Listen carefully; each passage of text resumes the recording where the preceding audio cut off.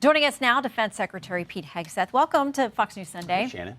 Okay, so let's start here. Tomorrow marks 3 years, an anniversary of the start of this war. Russia apparently is planning to declare victory tomorrow. There are propagandists who say they're going to share messages that the West essentially abandoned Ukraine. I mean, how does the U.S. and will it counter that messaging if that's a victory lap Russia tries to take? Well, Vladimir Putin can attempt to take all the victory laps he wants. The reality is the president is focused on one thing and one thing only, and that's stopping the killing and the destruction across Ukraine and ensuring an enduring peace.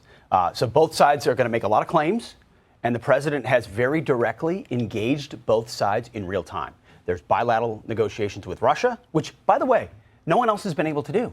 Joe Biden was never able to bring Russia to the table for actual peace talks.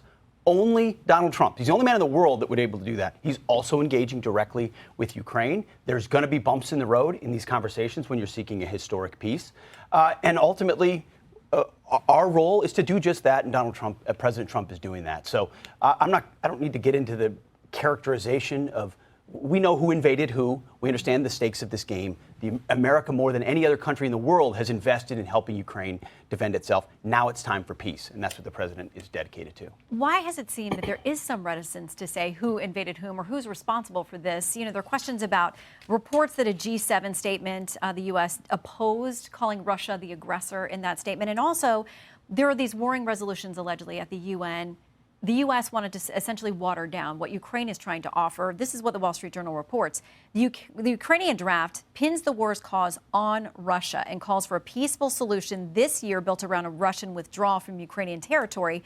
The U.S. resolution makes no reference to who started the war and makes no specific demands of the Kremlin. You know, your former colleague, my current colleague, Brian Kilmeade, pressed the president numerous times on this on Friday, and he finally did say, okay, Russia attacked, but why does it seem there's some hesitance to say that? My question is, does all the finger pointing and pearl clutching make peace more likely?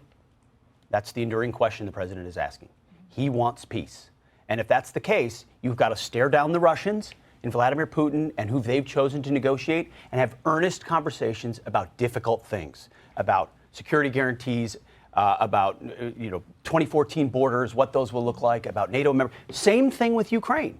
Constructively and productively. So standing here and saying, you're good, you're bad, you're a dictator, you're not a dictator, you invaded, you didn't, it's not useful. It's not productive. And so President Trump isn't getting drawn into that in unnecessary ways. And as a result, we're closer to peace today than ever before. And I've been privy to these conversations. Great progress is being made. Zelensky should come to the table because this economic partnership is an important thing for the future of his country.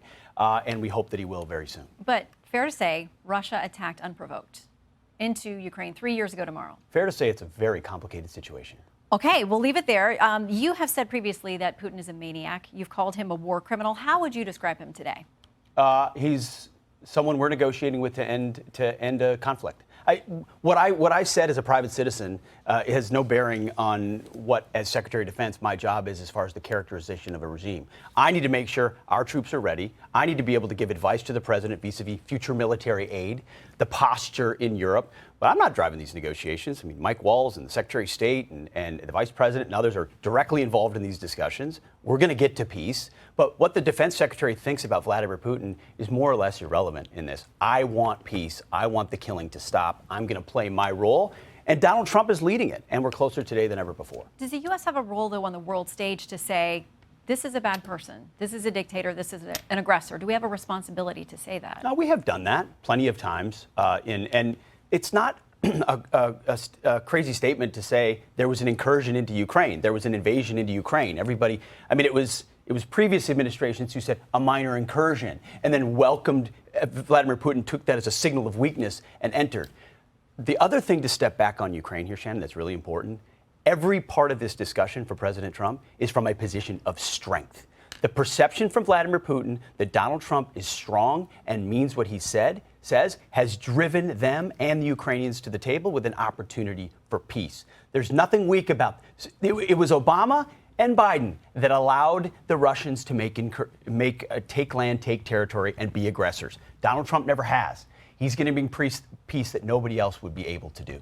Okay, so a couple of deals trying to come together here. One that would end the conflict, but a separate one with the U.S. and Ukraine potentially about rare earth minerals, security guarantees that we may provide them in that scenario. So there's that. There are also these foreign leaders from France and the U.K. coming this week to the White House. Alex talked about them potentially putting together a 30,000 strong force of peacekeepers.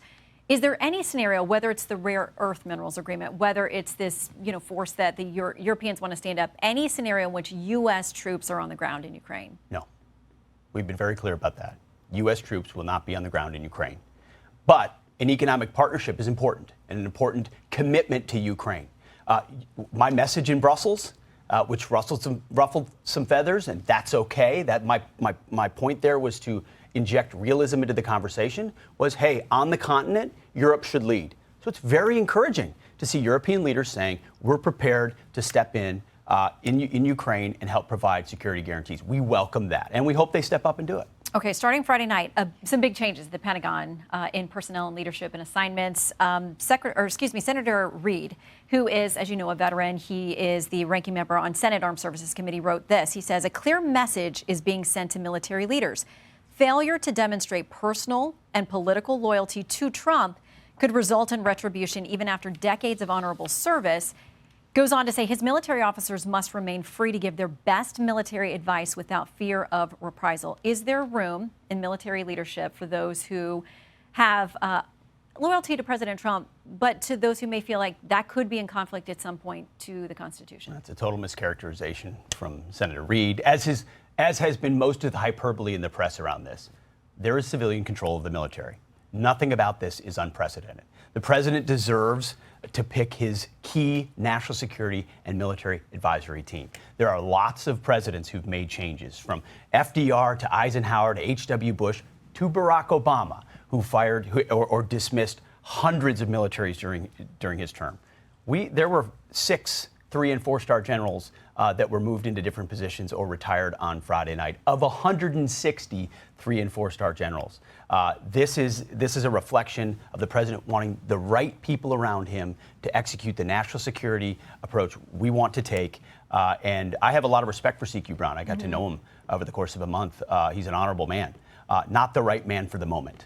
And ultimately, the president made that call. And Dan Raisin-Kane is going to be a fantastic chairman. I look forward to working with him. And he will give straightforward advice, as he did to President Trump, on the defeat of ISIS. No one else said it could be done in a matter of weeks. Raisin-Kane said it could. And guess what? It happened. And the president respects leaders who untie the hands of warfighters in a very dangerous world. I think Dan Kane's the man to meet the moment.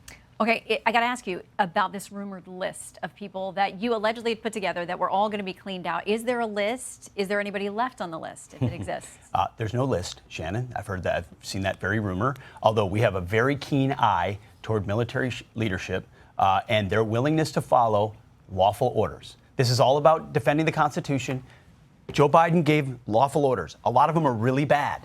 Okay, and it's unfortunate how they eroded our military. Ideological, COVID mandates. President Trump has given another set of lawful orders, and they will be followed. If they're not followed, and all these orders are in keeping with the Constitution and norms inside the military, if they're not followed, then those officers will find the door. And that's not a tough calculation. We feel really good about the direction the Pentagon is headed under President Trump. We're going to focus on warfighting and lethality and accountability and be the most transparent Pentagon that folks have seen in a long time, which is why I explain these things on a regular basis. Well, and part of what you said on Friday night is that you were going to be looking for replacements, essentially, for judge advocates general for several of the branches. For people who may not know, I mean, they give advice to the military about what is lawful and what isn't. Not surprisingly, there's been some backlash to those who are worried about their removal. One Georgetown law professor says this: Trump also firing the Army, Navy, and Air Force JAGs. In some ways, that's even more chilling than firing the 4-stars. It's what you do when you're planning to break the law. You get rid of any lawyers who might try to slow you down. Your response to her? Yeah, I don't know who Rosa is and what her hyperbole is all about. Ultimately, we want lawyers who give sound constitutional advice and don't exist to attempt to be roadblocks to anything that happens in their spots. What we know about these TJAGs, they're called TJAGs inside the military. Traditionally, they've been elected by each other or chosen by each other, which is exactly how it works often with the chairman as well. Small group of insulated officers who perpetuate the status quo. Well, guess what? Status quo hasn't worked very well at the Pentagon. It's time for fresh blood. So we're going to open up those positions to a broader set in a merit-based process to find the best lawyers possible to lead the Army, the Air Force, and the Navy. There's nothing about purging. There's nothing about illegal. We've made clear from the beginning, Shannon, the military will be apolitical with a fidelity to the Constitution, prepared to close with and destroy our enemies. One thing people haven't noted yet, which I'll share, is we're going to take, those are 3-star billets, but traditionally they've been 2-star billets over time. There's been lots of inflation in the ranks over time. We're going to return those billets to 2-star billets. We're going to shrink the size of our headquarters units, the inflation of military generals. We won World War II with 7 4-star generals, Shannon. We have 44 today. We have 163 and 4-star generals. And has it created better outcomes or not? We're challenging a lot of assumptions at the Pentagon to streamline what we do so that we get as many resources as possible to the warfighter. Well, and we know the Pentagon has not ever passed one of its audits, and that's next on your list. We know you're asking for cuts. I could talk the whole hour with you. I want to get to Iran, Israel, China, all of that. So please come back. We would love to see you again soon. Love it. Secretary, thank you.